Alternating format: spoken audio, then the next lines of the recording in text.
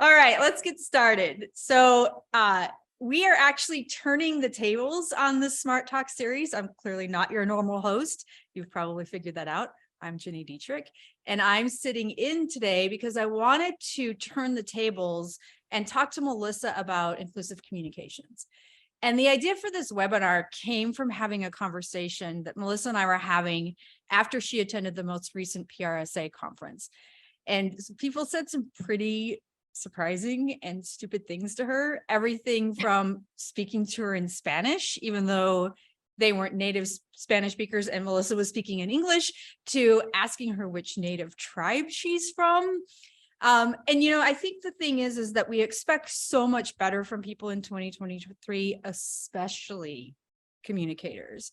This is an area where we can all excel and take a real leadership position, but it means that we have to dig deep inside ourselves and remove some of the biases that we have. We all have them, right? And we have to remove them. So we're going to talk more about that today, but without further ado, here is your normal host and today's guest, Melissa Vela-Williamson. Well, thank you. Thank you everyone for joining us. And thank you so much, Gini, for all your encouragement and your support and being a part of this session today. Like, no one is like you in this industry, and we are so excited to hear from you and hear your thoughts on this as well. But as you mentioned, yeah, I was pretty surprised. So I've been a long time, and I will give it all up in terms of, you know, I love PRSA, the Public Relations Society of America, because I was that student who was the first in the family to go to college. So I didn't know what I was doing from the beginning. Right. And I found PR my last semester. So I learned it on the ground and a lot through PRSA and the mentors I met there and the education they have and the opportunities they have. So with that context, I will say I was very excited to go to the international conference this past year. It was in Texas, so much more accessible for me. And I was able to bring the book, and I, applied to speak at the student, the PR SSA track, and the pros track. And they had different tailored topics, right? We should tailor for our audiences. Sure. But they were both about content in the book and what I thought might resonate with each audience group. And what was very telling, Gini, right away was, it was very, I hate to say that, but it was very telling right away that it seemed like the students or younger pros or pros of color were very accepting of me as an author. And believe me, identity is multifaceted, and putting on that author piece has been new for me and something I've really had to push myself to identify with, because it seems so grand and big. But for me, I had stories to share and experiences and how-tos, and that part was easy, but adding that onto the identity has been harder. And that feeling was kind of validated by that conference experience. I had, even after I spoke to a full room, there was just these little inequities that didn't feel right. Like I didn't have AV support to get ready. And I had people like lined up against the wall to hear me speak, but I'm like micing myself in my blouse. And, right. You're like, well, I can't think that that's about race or being a woman, or I don't want to think that way. Right. But there was just weird comments and I find weird from my PR pros. Those who had been practicing longer, who owned agencies, who were a leader in their departments, and tend to be older and tend to be white, our white counterparts would make these comments to me, and we'd be speaking in English and then be like, "Felicidades!" And it just felt off. Just like that moment felt off to everyone, probably like that felt off. And so that's what I was really working through and working with, or I'd be asked about Spanish a lot. And from my Latino peers, like absolutely that makes a ton of sense, right? And we talked about our histories and whatnot and why my family lost Spanish language, because it was shameful to speak it in the generations my parent grew up. So you had discrimination back then. And then it was, okay, learn English well, which I did, English majors, right? But then somewhere it shifted. And I want to say it was Jennifer Lopez, because I remember when the Selena movie came out and J-Lo got big, and it was like, yes, be Latina. Okay. But all of us are fighting, I think, Gini, like a caricature of what we're supposed to be in terms of what Hollywood presents. And then maybe listen, if I could look like Jennifer Lopez, I'm all in. Like, let's do it. Right. So, it is really, really interesting dynamic, but I just kept getting these comments that made me think, Gini, like, you're making comments about my age, whether you think I look old enough or don't, about my height. I'm 5'1", but what the heck does that matter? Like, Right. this is all brain work, right? Right. So it made me feel like if I was in a different package, if I was a man, if I look more like my husband, a Caucasian, blonde hair, blue-eyed man, if I was a different type of pro, whatever, would you make that comment? And that's what I want us to talk about today is be more conscious of what we're saying and how we're communicating, even if we think we know it all there, because things have changed, people have changed, we're continuing to evolve, and communicators must be on the forefront of that. Yeah, I think for sure that we have to be leaders in this. And, when you're at PRSA, which is a conference for communicators, and it's full of communicators, I almost expect us to behave better and differently. And certainly we will all make mistakes, right? I've made mistakes. There are lots of mistakes that I have made that I've learned from in this area. So that I'm not saying that we are without reproach, but I think we have to be better. And those kinds of things, I mean, like you doing your own AV, when you shared that story with me, it was very clear that some of the other speakers had hosts in the room to help them, and you did not. And so you have to wonder, is it a race or woman thing? Is it you're brand new to the speaking circuit and not experienced enough? Like you don't know, right? But it is strange that the more experienced, well-known speakers had hosts and you did not. Right. And again, like, I want to be careful because I want to give grace, just like you're saying, Gini, to everyone. And, they were getting their feet back under them after not being in person for a while. I get it, but you were right. I had panelists come up to me and say, how did it go? My God, your room was packed. I saw on the app, it was going crazy. I'm like, yeah. And it felt really dissonant that everyone saw that experience about the topic of DEI and cultural infusion with the PR. So that's what we wanted to share, is that it's the little things that we need to make a more conscious effort of, like making sure someone, particularly if you don't often have a person of color come speak to your group, or they're not on the panel, or they don't do the podcast interviews, are they set up and supported as much, or maybe a little bit more if they need it, right, as another guest, because they don't have experience. Yes. Right, because we don't want any of our stakeholders thinking, what was that about? And Right. While that answer may not, it may not ever be given to me, it was a teaching moment for everyone in the room. It was a teaching moment for me. And it just kind of verified some of the feelings I was working through, that I have to be able to support myself and advocate for myself. And that's something that resonates when I speak about it, particularly with people who come from backgrounds that are a little disenfranchised or disadvantaged. And a lot of us are in different situations that's true for us. But we just want to think about that when we have the power to shape those experiences. Right. And I think that leads to, many of us are on DEI committees at work, or we're advising companies on how they handle their diversity challenges. So let's talk about some of the things that communicators should do when advising committee members and senior leaders about DEI. Yeah, and it is, and then I will say that it's a tricky situation for a communicator, especially if that's not what your focus is. So we've talked about it for a long time, and PRSA even identifies like 13 different disciplines that are specialties under this PR umbrella. And I will say, and I'm trying to make a case for cultural strategy or DEI work integration to be a new specialty, because it's about serving others well and making those relationships. But we're not all there yet. So I would firstly tell anyone in that position, when you're working with committee members or senior leaders about DEIs, share your point of view. Like, unless you are a DEI consultant or a certified diversity professional, you can share that you're not that type of professional yet. But as a communicator, you're really invested in supporting these efforts. So our PR perspective or our communication perspective on DEI is going to be different than a human resources or HR perspective.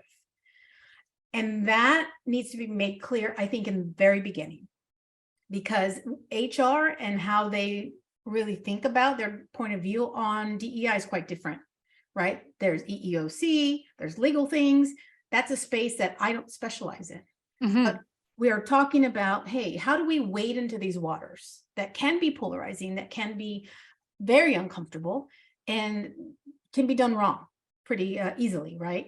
So I like to talk to PR pros and the community like this about, let's consider first getting good at understanding what culture is and what it's not, how we appreciate culture and not appropriate it, right? Are we giving respect? Are we sharing the stage with people from that community? Are we Mhm. inviting them into Mhm. planning and the actual, like, it's Black History Month, right? If you have a committee putting together Black History Month celebration and there's not someone from the Black community a part of it, right? Low hanging Hello. fruit, start there. Right. But you'd probably be surprised, or maybe not, that that's happening, right? So you want to make sure that you are not characterizing any type of people. And so that's planning with a group and with experts when you can. But understanding culture makes up a lot of things, right? So it's the preferences we have as a group on music and the language we use, or even the religious practices we do, food, of course, and we can unite through that cultural experience. And that leads to the values, like, what do we care about as humans? And when we think beyond like the demographics, like so-and-so's this age and makes about this money, and that's really in some ways can lead to stereotyping. Absolutely. Right? I've heard even in the simplest cases where, do you remember when there was that transition from just the cell phone, like, wow, you have a cell phone, to a smartphone? And I heard for-profit corporations saying, well, low-income customers don't have, they're not going to have these kind of phones. And you pull the research, is like, they absolutely do. Yeah. Right? Yeah. What they don't have in the digital divide is the Wi-Fi and the desktop computer, but they're going to have that phone because that makes sense in answering a lot of the challenges they have, right? Well, we even found that during the pandemic, right, where the students were challenged because they were having to do remote learning, and the only way they could get on the internet was on their phone. And so Right. trying to figure that piece of it out. So for sure. And the phone became a part of popular culture. And so that's always a great way to wade into this, right? Pop culture, that transcends a lot of the barriers we have as groups, or the boundaries we have. So the type of music that's really popular right now, maybe not right now because we're so niche now, right? But look at all the 90s stuff that's kicked back. Like, your daughter has a Tamagotchi, and I about lost it when I said that was pop culture back then, and it's reinventing itself into our culture now. So yeah, we can unify and unite on looking for what are their commonalities. So let's start there as a communication group, and we're working with these committees. But then research, right? Number 2 is like, do your research and advise others to do theirs too. Before you write something that's sensitive, before you use a term that you're not sure is still accurate today. In this work, you may not make everyone happy, but it's really important to try to make the majority of people happy.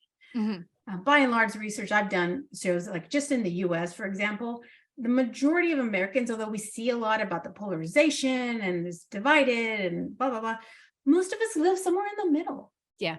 And kind of are ruled by, well, it depends. Like you and Chip Griffin say a lot, it depends. And it's case by case. So do your research on that. And some great resources are Pew Research Center, nonpartisan think tank, like, go get data, right? You may think that this is the right way to say it, or, what kind of stakeholders really purchase this item. They have a great amount of data there. And then, of course, the Institute for Public Relations Center for Diversity, Equity, Inclusion has a lot of great webinars and tools and tips and data there. Some of it's really unique into communication. And then PRSA has their D&I toolkit as well. So you want to research before you actually say or do something. And then you want to look to encourage and invite that collaboration, particularly from diverse voices and sources and stakeholders. So it's just looking through the room and who's at this planning committee. Does this represent the target stakeholder we have for this campaign? Do we need to invite someone else to get their input and ask them and actually test before we do? It's like Sally says in the chat, that's up there with having an all-male panel on women in the military. Oh gosh, or all marketing panel on something that we've seen some advertising, campaigns where, like, was there not a PR person on that one? Right. Or was there not a woman? Was there not someone from that community? Yep. So exactly. I actually just saw an ad for scrubs, that doctors and nurses wear. And I saw it here in Chicago.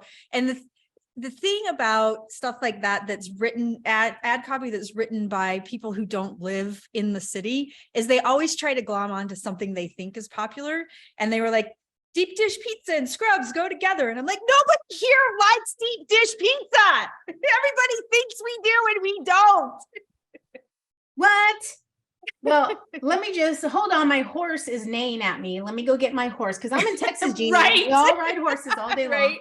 Or, it's the same thing, right? Oh, you're Latina, you must speak Spanish, right? And well, sure, you experienced that at PRSA, yeah. And everywhere. I'll be fair, I get that everywhere. And again, we all are fighting for our enoughness, and let's us do better. So Jeannie, I'm getting a message that we have some questions in the chat. Did you want to address those or wait till the end?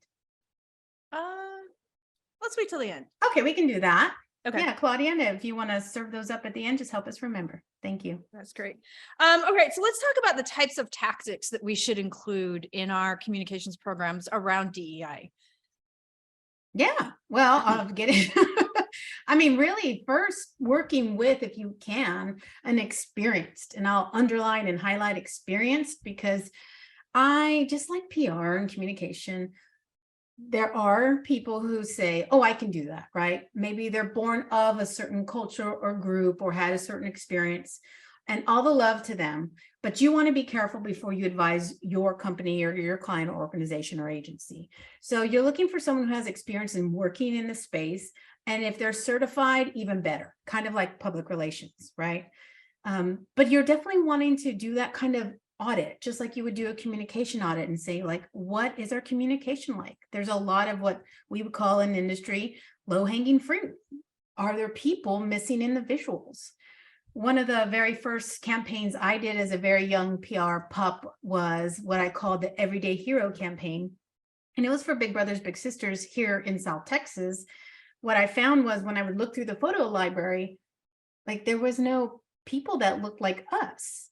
And we really needed more minority Big Brothers. And we just didn't have the image that would actually show that we worked with them. Nor would we have anything that would actually make them think that they're a fit here or resonate or attract them. And so I said, well, can we do our own photo shoot, our own video shoot? I want to represent all the different types of Big Brother, Big Sisters we have here, and even big couples who are married couples who mentor. So that's a great example of, look around, like do that audit, like do we actually show and illustrate the type of people we work with and those who can serve here or those who work here or those who lead here. If you see the disparity or the holes, work to fix them. Right? Yeah. We have the power to help really inspire good action operationally inside of organizations. So I would say, I'm seeing that this might be an issue. But then, with our other kind of tactics is like thinking about the way we even communicate in terms of writing. One easy fix that I have for people is like thinking right away, don't speak in absolutes. So if you've ever heard someone say, we never do this, or we always, or right. Yep. Really good advice. Right. And PR, we know that sometimes maybe most people, many people, not all, right? Often it's not all. So just being careful with terms like that, making sure that you're using terms that represent particularly a cultural group or an ethnic group very carefully, and they're using the most preferred term. So we even take the term that represents someone like me, where I have two that I come to mind right away, or three, Hispanic, right? So I do have family origins from Mexico. I'm born in the US, so was my mother. My grandfather came over here, and a lot of us have that immigrant, right? A lot of us are not native to the US. If you go down that path, but looking at that, okay, Hispanic, or I could be Latina, or I could be Latino, or Latinx, right? So that's Latin, Latin with the X, which is supposed to be like a non-gendered, gender neutral term. And then a lot of people started grabbing that term and saying, okay, that's got to be the most inclusive term.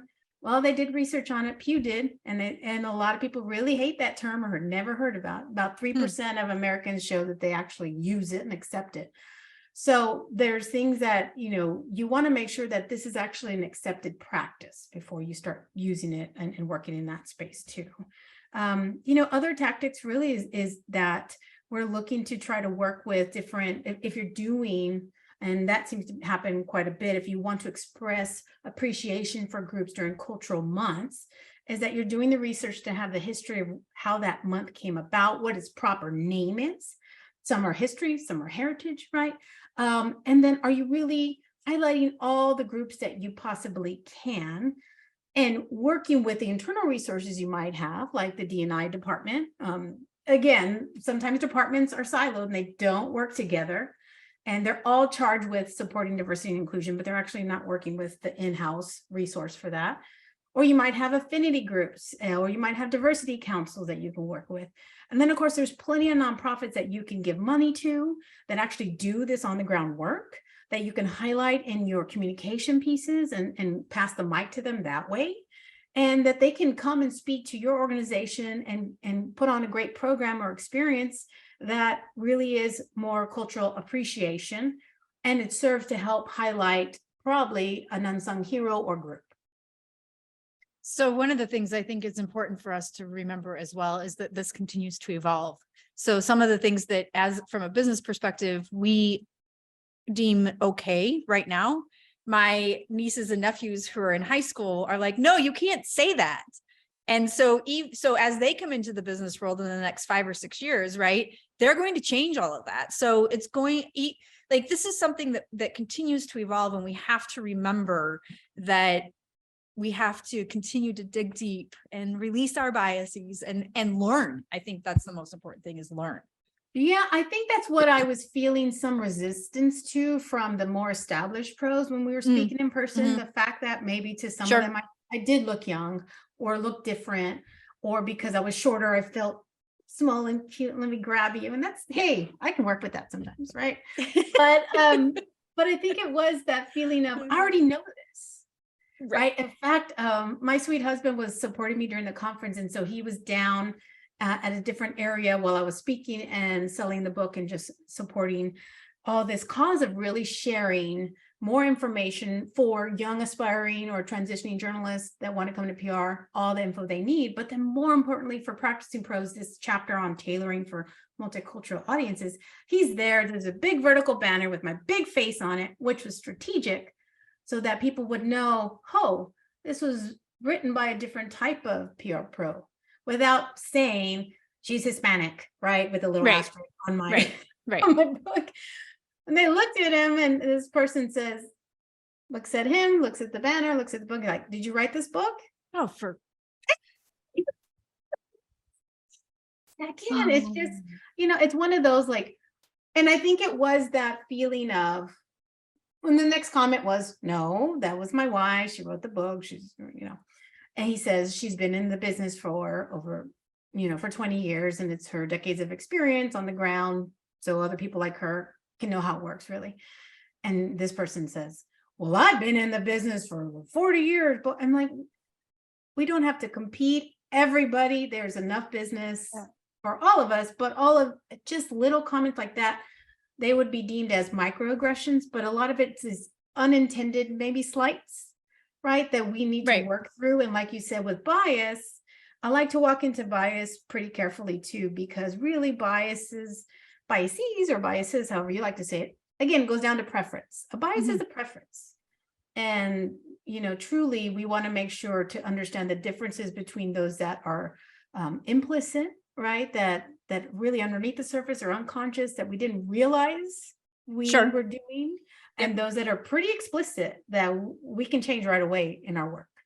Yeah. And, Linda says in the chat, we're never too experienced to learn something, especially when it's coming from a person who's closer to the knowledge, which totally 100% agree with. Yeah. And the one-upping or the name dropping. And it's like, again, to your point, we have to be critical thinkers for our clients, but for ourselves first, because we have to present that role model.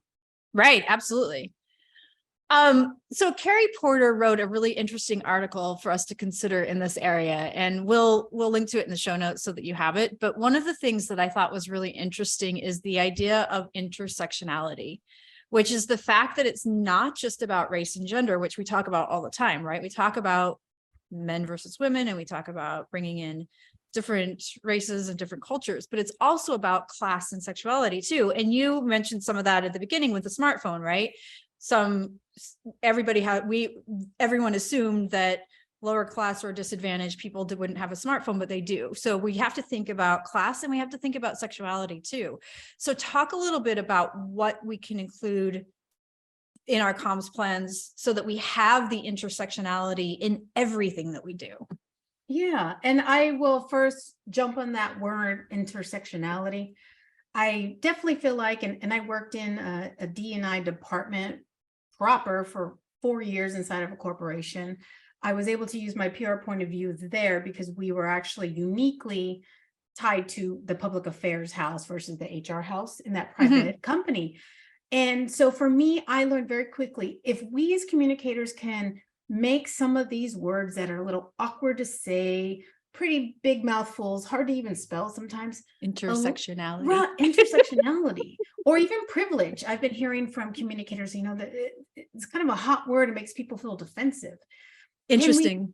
Can we look for words that will help define? It's like when we were in school, right? Reading those paragraphs, you're like, I don't know what that word is, but the rest of the context helps me understand. So for intersectionality, I would say I practiced it, by the way. I know. Otherwise, I would have stumbled too.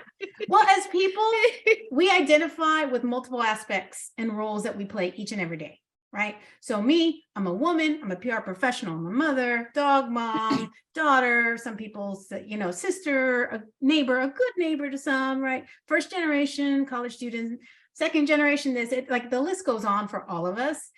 And the idea of intersectionality is that these pieces can connect or overlap or intersect, right? To make up the mosaic type of picture or identity we have of ourselves. What's really important to remember, it's what people see in themselves first, which means we do have to do more work than if it was easy and groups were monolithic and people were one-dimensional, because they're not. Right. None of us are. And each day, one part of our identity is going to be a little more important to us than others. I talked about in the beginning about this author piece, right? And how clunky that felt for me right now, but growing into it. And so sometimes people or communicators, it's just easier to relate to or communicate to one aspect of someone's identity. And often, probably in the most simple and unfortunate terms, they're going after race, or they're going after ethnicity, or they're going after gender, and they're not thinking, that might be a little bit limiting, right? Or maybe it feels patronizing or insensitive. Right. And sometimes that's what I would say is unintentional, but this is 2023. So I think by now, after all the years we've been through, if you're not woke enough to see, I might need to think a little deeper about what we do as communicators, you definitely need to catch up. So this is about really thinking of that conscious effort to consider people's identities and how personal they are, and which part of the picture you want to resonate with your communication pieces, right? So it really goes down to tailoring for your audience. Who are you trying to connect with here? And what is a good way to find that connection point? Is it going to be about, for example, the top value that people have around the world based on research David Allison's done around values, and his value graphics project is really about belonging and togetherness. Everybody, every human around the world, and he has a ton of data to support this, really care about belonging somewhere to some group. Right. And it makes a ton of sense, right? So is there a way that campaign about, for example, being a big brother could be more about belonging to something? When we did the data on who were the bigs, right, or who were good volunteers, if they were a little bit younger, maybe college age, we found that they were coming into the city from another area and miss family and miss connections, and were building their own community, right? Interesting. Yeah. So it's not always about race. It's not always about class. It's about people's love for food or status, or maybe it's about belonging to a group, right? Are you team iPhone? Are you team Android? So, Team Edward, do y'all remember that? Oh yeah. I mean, look at the M&Ms. People are picking sides because they want to belong to something. So can you use that in a positive way in your work? I love that. Do you have 3 to 5 habits that communicators should employ when building more inclusive communications? Yes, I sure do. I would say first, like, kudos to all of you who are making time for this conversation today, because it shows that you're hitting number one, which for me is just really understanding that today's world is different. If you're in the US, America's quite different than ever before, right? For the first time, yeah, and our census reporting, and there was underreporting. We are more multicultural, multiracial than ever, which means those identities are more intersected or complex than before. That's a positive sign. That means we're getting along better, we're falling in love more. That's awesome. But that also means you can't put people in a quick little box the way you may have before, years ago. And like I used the term minority before, like it depends on your market. There can be a lot of people that feel like the term minority is unfair to use. And so I've been actually trying to work that out of my vernacular. But sometimes it's like, well, we're just talking about the number of people in a group. So let's see what might be a better word, right? And you have to consciously work through that, because the term minority is not, it's not representative of Texas anymore. Right. So we're exactly equal, like the Hispanics are exactly equal, the Hispanic population with, or Latino population with the white population in Texas. Okay. Well, what's a new term for that? So we want to be actually looking at these reports and data and all the news articles that came out about that and just stop and think, does that change anything for us? Does that change anything for me? Like, does that change anything for who we work with, right? We actually haven't put together a campaign that really specifically targeted the Hispanic community, but now they're exactly 50% of the market. That's a lot of numbers, right? And it's just projected to continue to grow in that space. So understanding that we're more multicultural and multifaceted than ever, and becoming more culturally aware because of that, for sure, of who you're working with, who you're working for, and tailor your communication approach for those audiences. So is our language, our images, and our music and our video, does that resonate these groups' preferred preferences, right? Their values and what they like to eat and drink. And like you said, don't talk to me about deep dish pizza. That's not right? I know everybody likes to come here for that, but nobody who lives here eats it. Yeah. And as pros, I will say, because the next one I have is really represent better, right? So removing outdated terms and images and whatnot, and who you serve in your visuals on panels, in leadership roles, in writing, video, whatever you can champion, go for it. But I would also say, like, don't perpetuate things that are, disrespectful as well. I saw a colleague that has been in the business a long time, and I will not name names because I like to keep my bridges open. Sure. But that colleague was celebrating a young person's birthday in a very old-fashioned sombrero, Mexican mustache way that I'm like, ouch, you live in this community, like, and you're not, so the way that felt, it's exactly how it felt. So you're looking for those moments and you're reading for them, you're watching them on social, you're having those moments yourself, and you're like, oh, that could be something I make sure we don't do anymore, right? Yeah. And then treating others with respect and sensitivity. We want to think before you speak. Like, I'm sure a lot of the comments I got were just little flip comments that people made, not even thinking. Why not? We're at a professional conference, and most of the time I'm representing the industry. It's a professional space, right? So act like you're on stage, like we would tell a client. If you wouldn't say it with a microphone in the hand, don't say it person to person. That's great. That could be helpful. Yep, that's really good advice. Yeah. And when you write and how you act, like, you have to walk that same walk for sure. And then when you have that privilege, or another word for that is like advantage or leverage, like, use it to help others, pass the mic and say, you know what, we haven't had this diverse professional and this opportunity before, that we're missing these type of people on the board. Can we make a conscious effort to be uncomfortable, admit that, and go after it? Absolutely. If you are in the SpinSucks community, you already know this, but I'm working on some content around how leaders think that they're great communicators. And I think we all experience this. So, like, my wife was in marketing 20 years ago before we had kids, and she wants to help out on this campaign because her kids are gone. Like, or anyone can write. You don't need to write that. I'll write it for us. Like those kinds of things happen all the time. And there's this new research that shows that 85% of leaders think that they're great communicators, when in all actuality, only 10% are. And I think that leads to, if leaders think that they're great communicators and great writers, do they also think that they're really open to diversity, equality, and inclusion? And I guess what I want to know from you is, how do we know? Certainly as we start to dig into the work with our clients or with our executives, we will figure it out. But how do we know going into those conversations as we're starting to prepare and we're doing the research?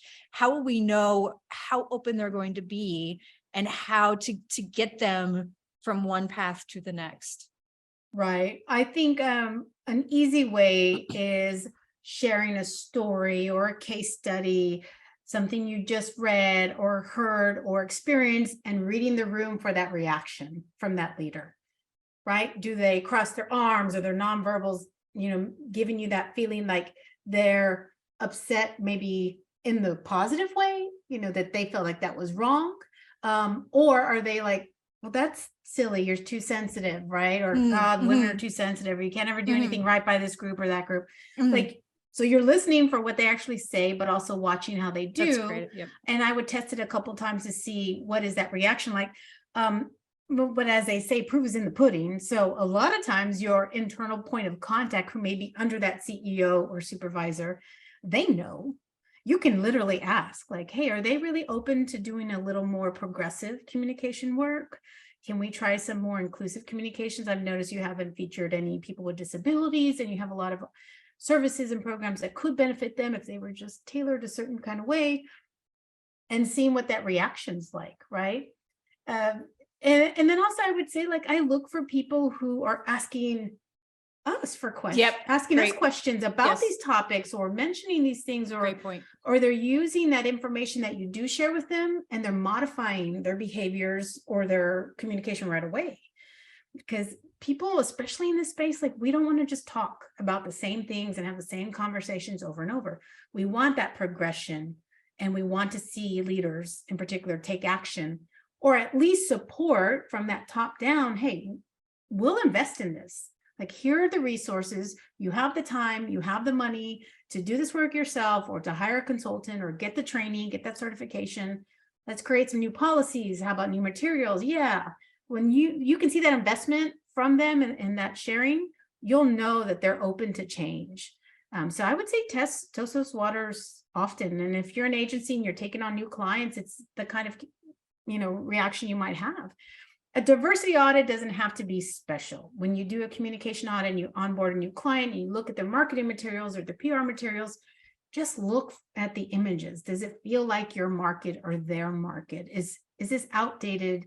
Does it even just need a refresh because these people are still wearing clothes like from the 70s and whatever? So it's a lot about just, the testing and iteration. And is there that openness for those kind of conversations? And then is there a conversion into some kind of action?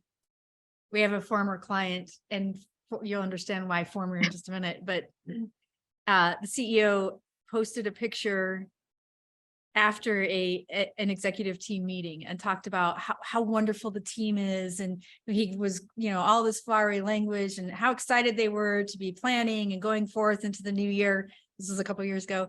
And the photo was all white men. And I was like, you guys, this is not representative, of your employee base at all, because the employee base is extremely diverse. But all they had in the room for the executive leadership meeting and the planning were white men. That's it. Right. That's it. So even stuff like that will help you understand, right? Because he thought that was the best thing ever. And I was like, you are not representing your employee or your customer base at all. Yeah. And don't get us wrong, you will still get some comments. Again, you can't make everyone happy in general, but especially in doing some of this work. I'm looking for that more common ground, non-polarizing grace and kind of heart-centered work as communicators. I think that's the efforts we should focus on, because it can be very tricky very quickly. But I will say I had a client that posted a very diverse looking image and talking about, it was a thank you employee appreciation day or month experience. And some, random person just posted, yeah, it's not very diverse there and blah, blah, blah. And it was like, okay, like the photo didn't validate your comment at all. So there's still trolls, and Sure, believe of me, course, they of like to course. look for this kind of conversation too. But yeah, you can take a look and say, this image does not go well with this copy. Does not work. Right, at all. And it could be totally unconscious, like these are the people who gathered. Well, yeah. And so like the bigger question or the deeper question is, can we work on that too? How do we as an change that? organization? Yep, Right. Yep. But hey, every step forward is good, I think. So Linda asked, can we ask something like, how are you leading your organization in the realm of DEI? Is that too bold, or does that work? I don't think it's too bold, especially for, bigger, badder for-profits, right? You can ask every organization, if this is something that is true to your heart and you're ready to work in, go for it. Just expect that face. Like, because it just puts people a little bit on the defensive because they're not sure what they're doing. Sure. So I try to. It's uncomfortable. Right. So I try to use the terms more like, hey, inclusive communication, where it's like, okay, that feels a little safe. What are we talking about here? And then defining it, like, you want to make sure we're representing all the types of customers you serve. Oh, well, yeah, that's really important, right? Because they're thinking sales, right? Or service, which is great. So I would say, read the room, Linda, like everything else, and try to find the right word that will open up that conversation. So one more question I have for you, and then we'll open it up for questions. What's one takeaway? Like if we leave here today, what's one thing that we could employ by tomorrow morning? Yeah, so I would just say that really understanding that we should tailor our communication for the different types of people we want to connect with is the big takeaway. And that is, to me, the entry point into this DEI integrating with PR work and specialty that I think it will become over time, because people are just not getting there yet. So we really have the power as communicators to change things. We can bring groups together, or we can divide them up pretty easily with just the words we write. And we can work through how our society kind of evolves and hopefully be on the forefront of that, I think, as we evolve our communication with it. There are some in DEI, Gini, that I think some of the terms they use, again, we talked about some of them that being a little clunky to work with, but it can be so advanced. Just like even if you talk about PR with someone from academia, look for that common way. How might a lay person understand this? Think about educational diversity. Does this resonate with all types of people if they have a college degree or not? So it can be very simple. I think it's just more of that thinking critically through our audiences and trying to adjust terms, visuals, music, whenever we can to fit better. And bring in J-Lo because she helps. I mean, you don't need J-Lo. I'm right here. Let's go. I want to leave you with one thing before we go to questions. Yeah. And that is, a couple of times you've brought up fitting into the new identity of being an author. And when my first book was published, I remember I was getting my hair cut, and the guy who cut my hair for years and years and years until he passed away a couple of years ago, which is still so sad. He was, he's cutting my hair, and we're having this whole conversation about my book was just published and I'm going on tour and everything. And he goes, "Why are you not telling everybody about it?" And I was like, I don't know. Like, everybody writes a book. And he stops cutting. He puts his scissors down. He comes around to the other side of the chair and he looks at me and he says, "Maybe in your world, everybody writes books, but in the real world, nobody does. So I want you to climb to the top of this building and yell it to everyone." And I was like, okay. So I relay that to you too, because it's a really big deal. And I understand that it's hard to sort of add certain new things into your identity, but you're an author, you're a published author. A publisher thought your content was good enough to take you under their wing and publish the content. So keep that in mind, because I know that, especially as women, we struggle with these kinds of things, but you're an author, you're a published author. That's a big deal. Out in the real world, it doesn't happen to everyone.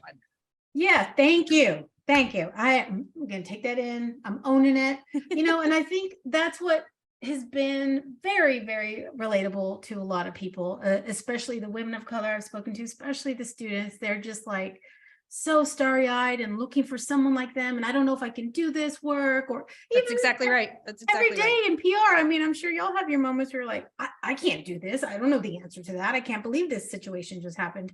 And we have to work through that. And so, I would say you hear imposter syndrome a lot.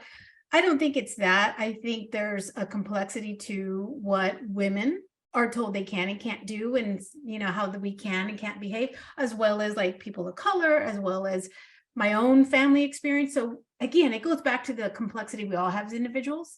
And I think sharing that vulnerability and what we're working through and working on is very helpful, because then people go, I resonate with that, right? So if any of y'all have ever experienced that feeling of, I'm not sure I can do this work, or I'm fit for this, or, I'm being told I'm excellent, you're just not owning that, what they would say is crown, I guess, put one in the chat. It's very universal.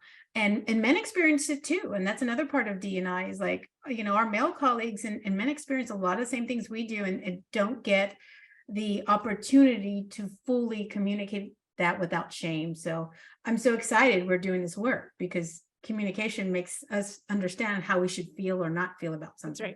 That's right. Yeah, great. All right. So we have a couple of really good questions. As someone who's not in a disadvantaged minority group, how can I support diversity and inclusion efforts and impact? Yeah, so that is all about allyship. That is all about understanding.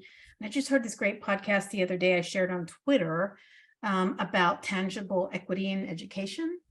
And he was really talking about this idea of privilege too. And it's like, it's just something you have that maybe you didn't earn. For example, like if you're born in the US, you're going to have certain privileges than those who are not, right? We hear about that all the time. Yep. So when you have that opportunity to help a disadvantaged group or person, or someone who, gosh, is just because of a lot of factors we can't control, may be behind and has that potential to really run on up next to you, like support them, right?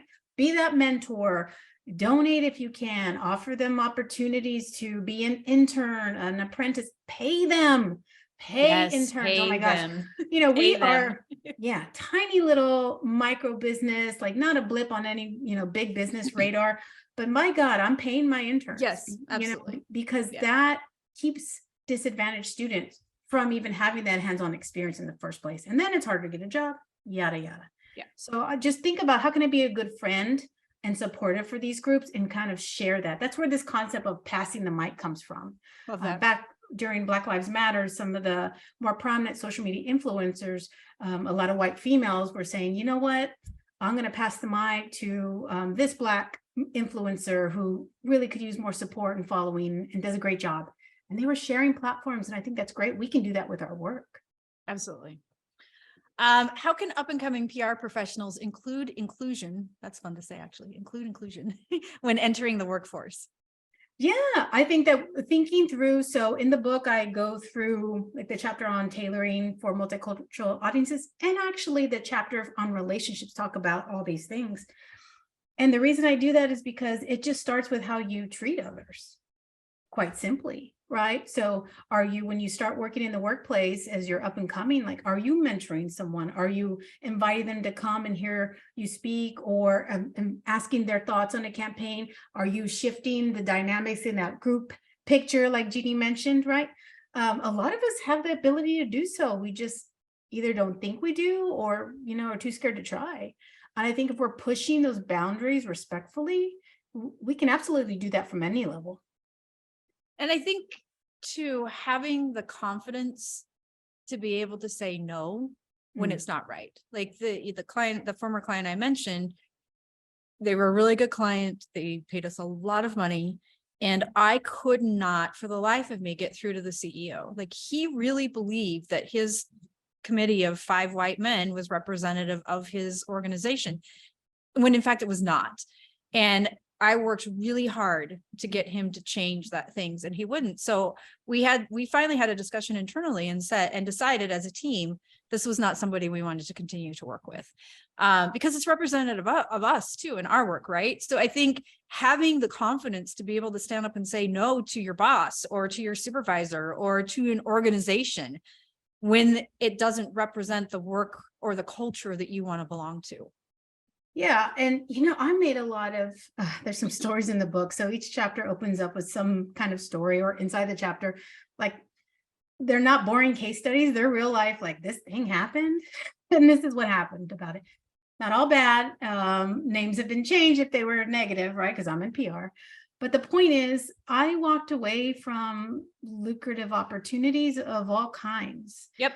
And even good, I think connectors who could really be helpful to me in my career when I felt like they don't align with what I want my personal brand to be, right? They're living a complicated life or doing some things personally that lead into the professional space, or you're going to be in that position as a PR pro, I think, when you can't manage above, like your CEO like goes out and drinks too much and tweets too much and has too many affairs, and I mean, or whatever level that is.